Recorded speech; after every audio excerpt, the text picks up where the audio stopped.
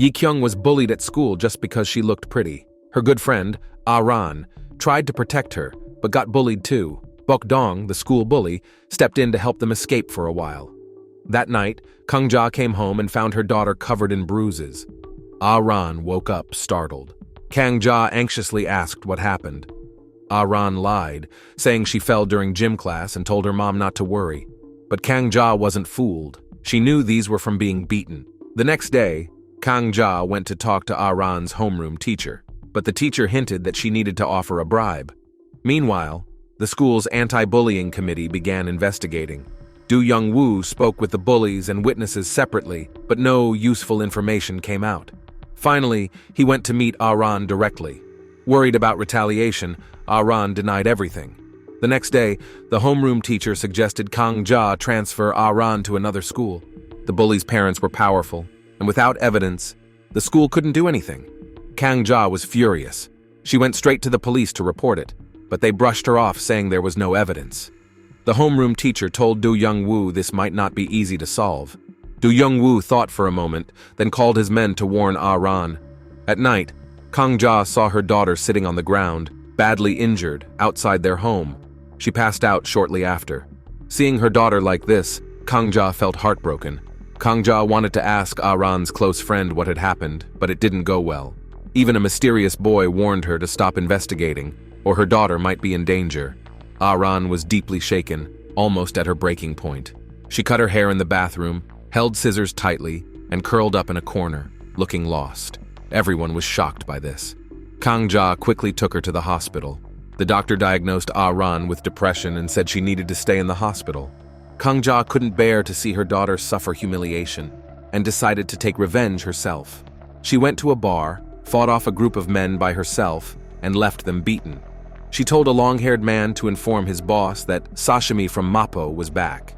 It turned out Kang-ja used to be a feared gang leader in Seoul, and the boss in a princess dress, holding a magic wand, was actually her old subordinate, Princess Han.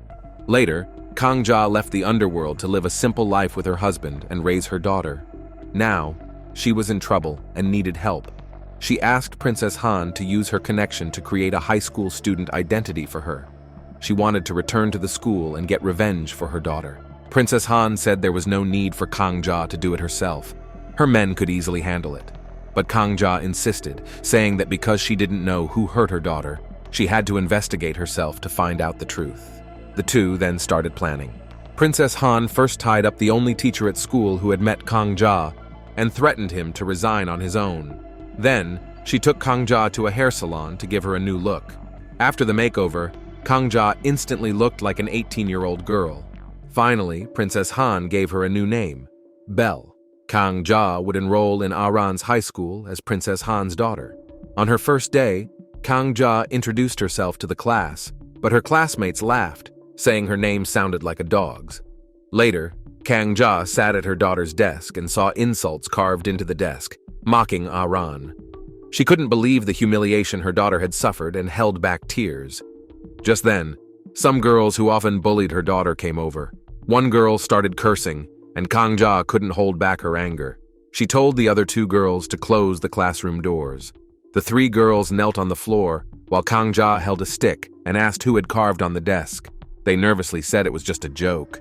Facing Kang-ja's fierce attitude, the once arrogant girls didn't dare breathe.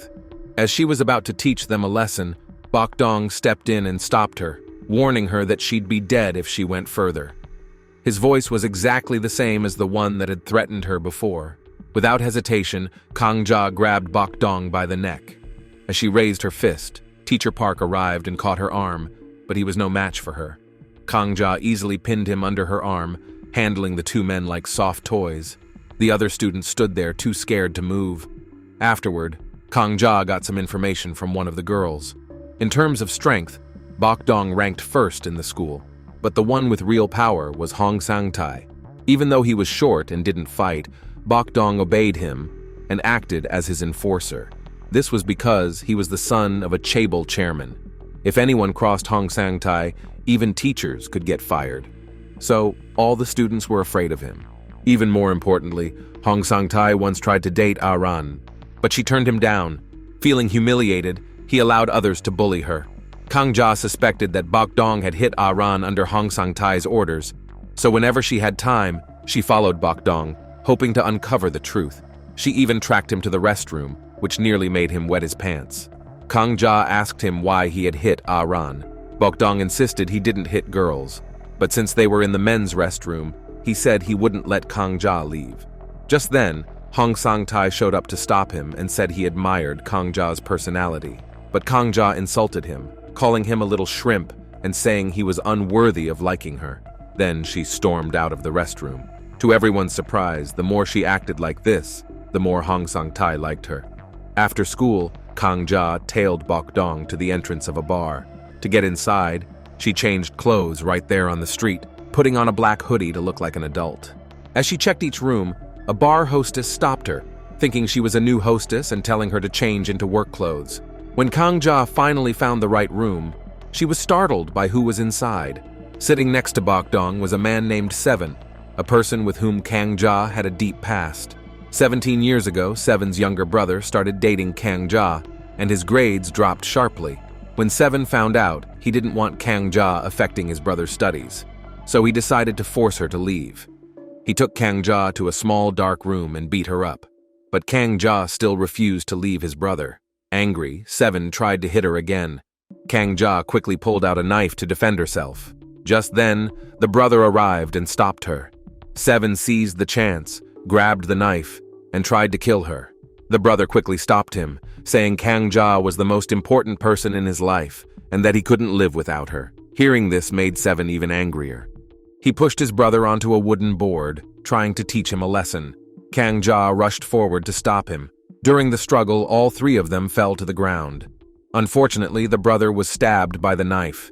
His injury was too serious, and he died before reaching the hospital. Because of this, Seven blamed Kang Ja, accusing her of accidentally killing his brother. The court found her guilty. Since Kang Ja was only 17 at the time, she only served 2 years in prison.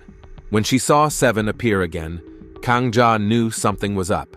Realizing she was about to be seen, she quickly left. Yi Kyung went to the hospital to see Ran, but Ran just sat there, empty and unresponsive. Yi Kyung felt heartbroken and decided to protect Ran in her own way. She secretly followed Do Jung-woo and found his secret at the library. She saw the chairman's secretary open the first lock, and then they entered the door to a hidden room. Yi Kyung clearly memorized the password. Inside, the room was full of safes, each holding evidence of their crimes. When Do Jung-woo came out of the secret room, Yi Kyung blocked his way. She warned him not to hurt Ran or anyone else again, or she would reveal all his secrets. Yi Kyung, being quiet and shy, had often been bullied by her classmates.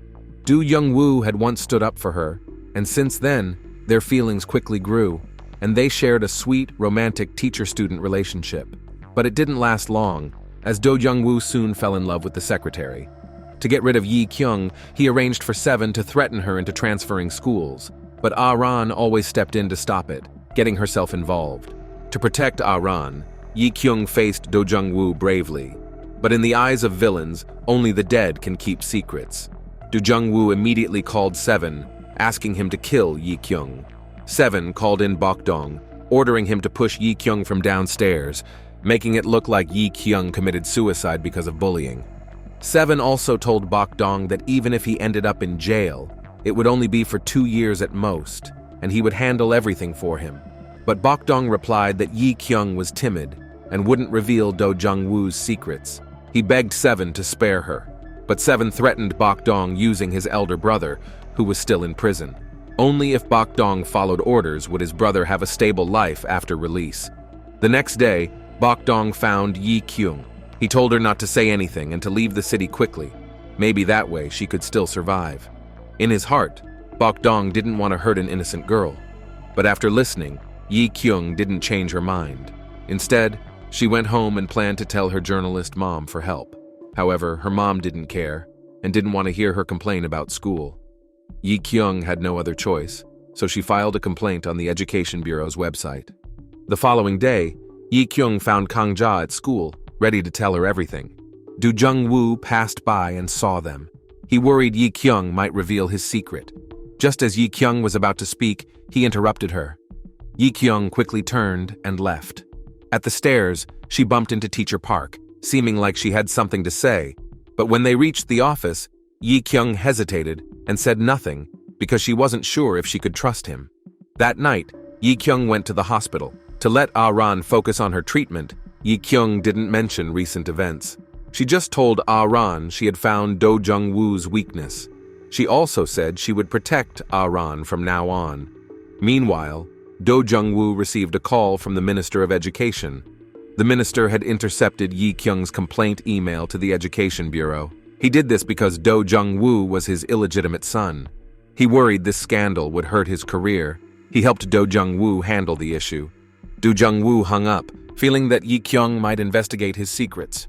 At night, Yi-kyung went alone to the library, planning to check the hidden room. When Yi-kyung opened the door, Do Jung-woo was already there, waiting for her. He chased Yi-kyung all the way to the school rooftop and then pushed her off. Seven helped make it look like a suicide.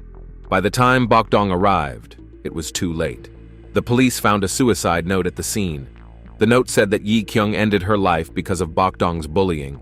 Even worse, Yi-kyung was 3 months pregnant. Do Jung-woo was shocked when he heard, then became angry, thinking Yi-kyung wanted to use the child to ruin him. At Yi-kyung's funeral, Ah-ran, in a burst of anger, accused Do Jung-woo of murder in front of everyone. She knew who the real killer was, but had no proof.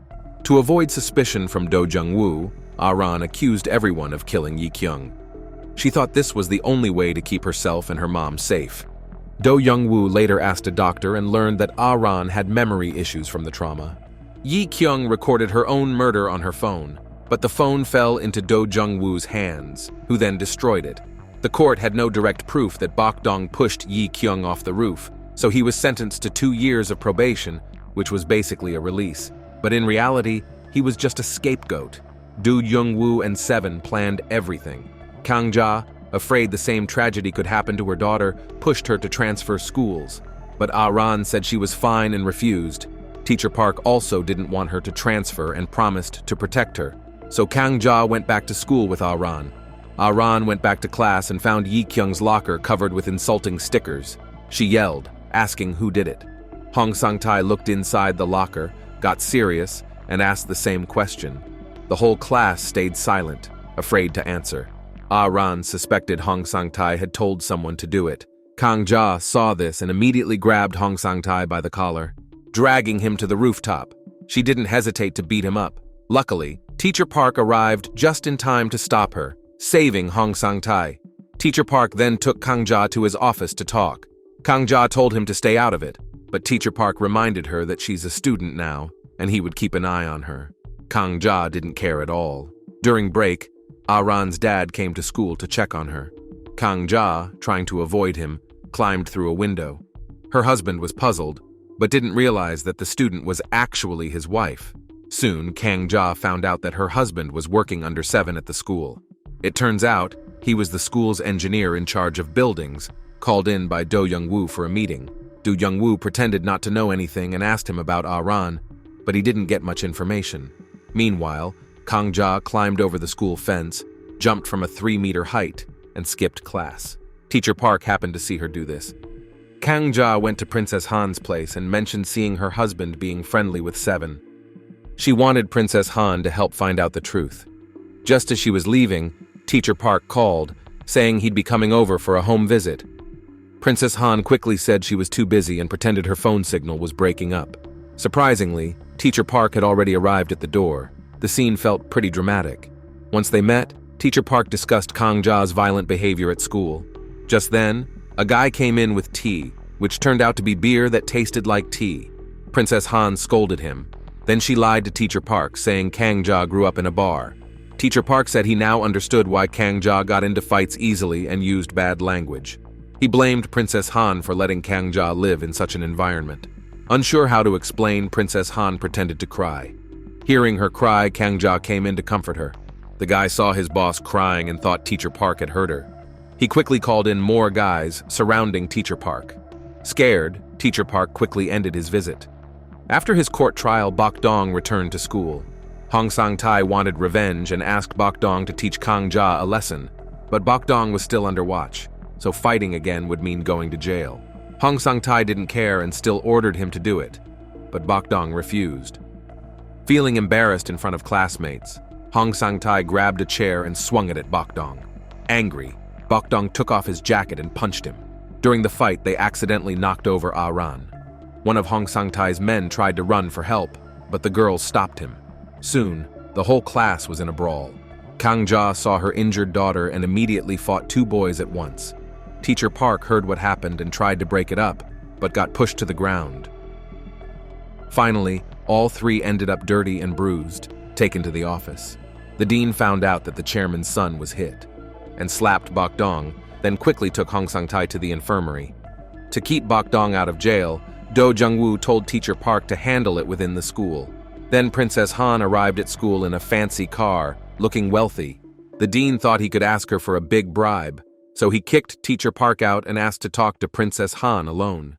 He said students would be expelled for violence on campus.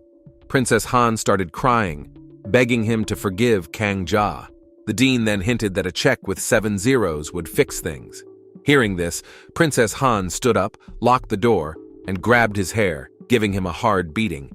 48 hours later, the dean politely saw Princess Han out the door. After this incident, Do Jung-woo worried that Ah-ran might be faking her memory loss. He took her to the library to talk.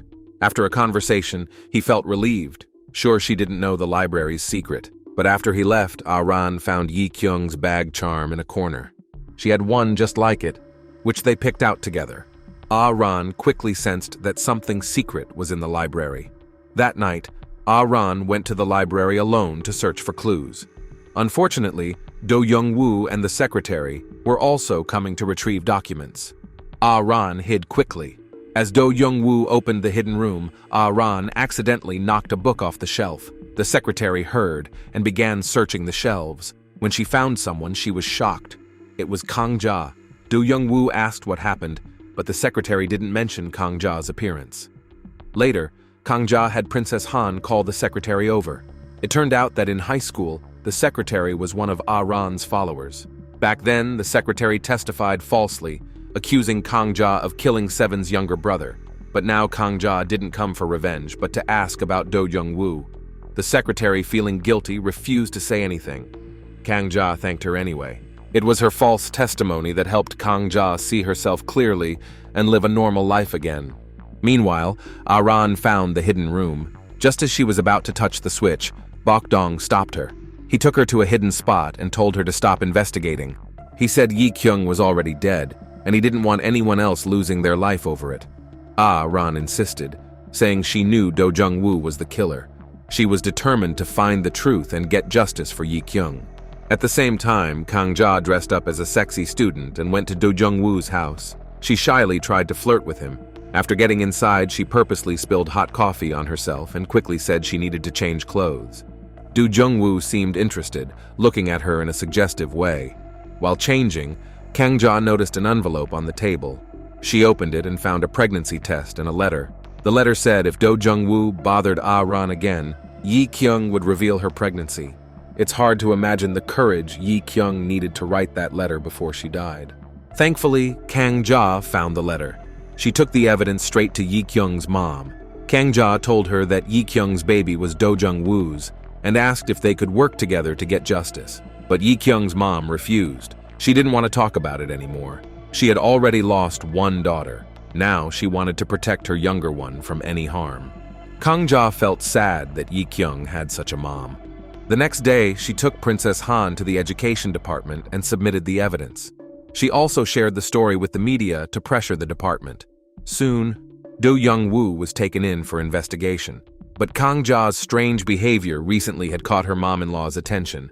Thinking Kang-ja might be cheating, her mom-in-law started following her. On the way, she saw Kang-ja take off her coat and put on a school uniform, looking seductive. The mom-in-law even imagined some unspeakable scenes in her head. She took out her camera to gather evidence, but realized Kang-ja had gone to the school.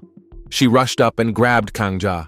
Kang-ja knew she couldn't hide it anymore and quickly explained she was trying to find the person bullying Ah-ran at school to keep her safe. But her mom-in-law insisted that a 40-year-old woman should not dress like a student and sneak into school. She ordered Kang-ja to quit right away. Kang Ja thought that although she hadn't found who was bullying her daughter, catching Do Young-woo made it worth it. But when she got to the school, she saw Do Young-woo stepping out of a fancy car. It turned out that after the minister heard the news, he immediately blocked it and had Do Young-woo released. Do Young-woo was even promoted to head of the school by the chairman. Kang Ja was furious and went straight to the Ministry of Education to demand answers, but the staff told her they hadn't received any evidence she'd sent. Even the surveillance footage of her from yesterday had been completely erased. Kang Ja realized then that Do Young-woo had powerful connections. Fearing he would retaliate against Ah-ran, she hurried to the school. By that time, Do Young-woo had already found Ah-ran. He showed her a letter left by Yi Kyung and asked if she was the one who reported him. Only Ah-ran could know Yi Kyung's secrets. He warned her not to do anything like that again, or she could be the next to fall from the building. Ah-ran, frightened, nodded and said she understood. Do Young-woo then left. When Kang Ja found Ah-ran, Ah-ran told her she just wanted to focus on studying now. She didn't want to investigate Yi Kyung's death anymore, but Kang Ja was determined to stay at the school. She suspected Chairman was Do Young-woo's accomplice. She had Princess Han secretly set up cameras in Chairman's house. She wanted to catch Do Young-woo and Chairman's illegal deals. The next day in class, the dean arranged the seating order by exam grades. He let Hong Sang-tae pick his seat first, trying to please him. Hong Sang-tae signaled for Ah-ran, who was behind him, to pick a seat first. Once Ah-ran chose a spot, he quickly sat next to her. The rest of the students were seated in order of their grades. Kang Ja and Bok Dong, with the lowest scores, were placed in the back corner of the room. A boy in the last row complained that he couldn't see the board clearly. The dean told him to improve his grades if he wanted a better seat. The boy was upset. Teacher Park tried to help the boy, but the dean scolded him. In this elite private high school, the dean wasn't the only one trying to flatter Hong Sang-tae. During the physical test, other boys had to do 20 pull-ups to pass. Hong Sang-tae only needed to do 1 for a perfect score. In music class, while others performed hard, Hong Sang-tae just read the lyrics. The teacher praised him, saying he brought a new level to music. The speaking test was even more extreme. When it was Hong Sang-tae's turn, he simply pointed to his throat, indicating he wasn't feeling well. Teacher understood right away. Before the English exam, Hong Sang-tae got copies of the test and shared it with his loyal men, telling them to make a few mistakes so they wouldn't score perfectly. A girl begged him for a copy too, saying she'd be sent to study in the US if her grades were low. Hong Sang-tae agreed to give her a copy, but only if she would help him deal with Kang Ja. Just as the girl hesitated, Kang Ja entered the room. Everyone quickly hid the test papers. Kang Ja moved closer and snatched the papers, realizing it was the English test paper for the next day. She immediately took all the copies. One boy angrily pushed Kang Ja, causing a shelf to fall on her. Everyone ran away in fear. The girl, desperate to score well on the test, grabbed the copy from Kang Ja and left, but still half of the copy was still with Kang Ja. After escaping, Kang Ja went straight to the office. She told Teacher Park about the leaked test paper. She thought the test might be delayed because of the leak, but the English test went on as usual the next day, still using that paper. Kang Ja ran out the classroom to find out why, but Teacher Park was arguing with the dean. The dean insisted the test paper Kang Ja had was from last year. Hearing this, Kang Ja stormed into the office, demanding to confront the students from the night before. However, all the students stuck to the same story, saying the questions were from last year. Even Teacher Park couldn't do anything this time. When the grades came out, Hong Sang-tae was first again, and Ah-ran was forced into second place. Seeing her daughter so upset, Kang Ja decided to clean up this group of corrupt guys. She remembered seeing the minister on TV a few days ago, acting friendly to gain votes for the presidency. So, Kang Ja found him while during the street campaign. She told him about Yi Kyung's death at school and the leaked test details. The minister immediately said this was serious and promised to handle it. Kang Ja couldn't wait to share the good news with Princess Han. But in surveillance footage from the chairman's house, she saw the minister and realized they were all in it together. A few days later, the chairman thought the girl who reported to the minister was Ah-ran, so he ordered 7 to kidnap her. At the same time, Bok Dong informed Teacher Park to rescue Ah-ran, or Yi Kyung's tragedy would happen again. To threaten Ah-ran, 7 used her phone to contact her mom, not knowing her mom was Kang Ja. After 17 years, Kang-ja and Seven met again, and Ah-ran was exactly 17 years old. Back then, Seven not only beat Kang-ja but also did something bad to her. He suspected Ah-ran was his daughter. Kang-ja firmly denied it, leading to another argument. Kang-ja grabbed a knife, threatening Seven not to harm her child.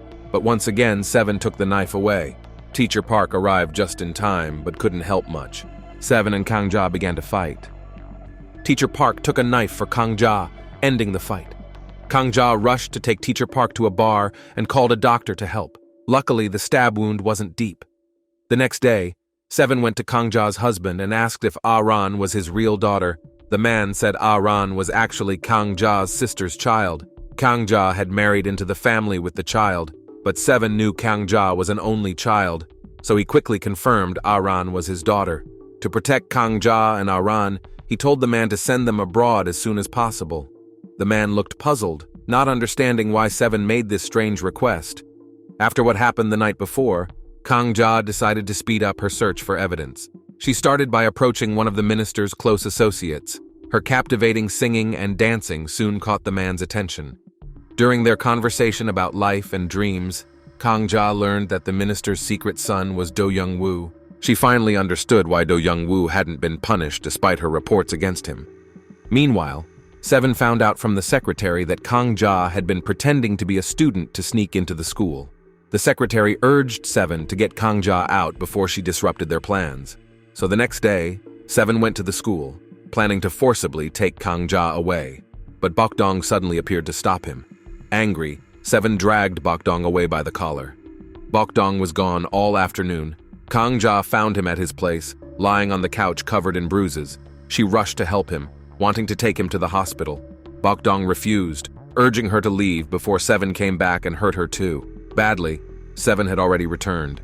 They began arguing again about the death of Seven's younger brother 17 years ago. Just then, Teacher Park arrived, looking for Bokdong, who had skipped school. Teacher Park overheard their conversation and realized Kang-ja was the high school girl who'd killed her classmate years ago. But their main task now was to get Bokdong to the hospital. Seven initially tried to stop them, but then Bokdong dropped to his knees, begging Seven to let him live his own life. This scene reminded Seven of his guilt over his younger brother. Finally, he allowed them to take Bokdong to the hospital. After treating his wound at the hospital, Bokdong was taken home by Teacher Park. There, he felt warmth he had never known before. So he told Teacher Park the secret of Yi Kyung's death. Yi Kyung wasn't killed by him but by Do Jung-woo. Teacher Park held back his anger as he listened, only letting it out after he left the restaurant. He couldn't understand why a teacher would harm their own student. He silently vowed to bring Do Jung-woo to justice. The next day, 3 girls were walking on the school playground when they suddenly fell into a giant hole. This happened because the school leaders had cut corners to pocket money and take extra money for themselves. To calm things down, the school leaders tried to buy off the parents by offering extra grades to the injured students. This way, they could keep profiting. But at the minister's first speech, Kang-ja printed out flyers revealing his secret child and handed them to everyone there. Soon, the scandal made the news headlines. The minister immediately called Chairman and Do Young-woo, demanding to know who did it, as only the 3 of them knew about it. They began to suspect each other. Kang-ja's plan had worked. While she was worrying about evidence, the secretary suddenly showed up.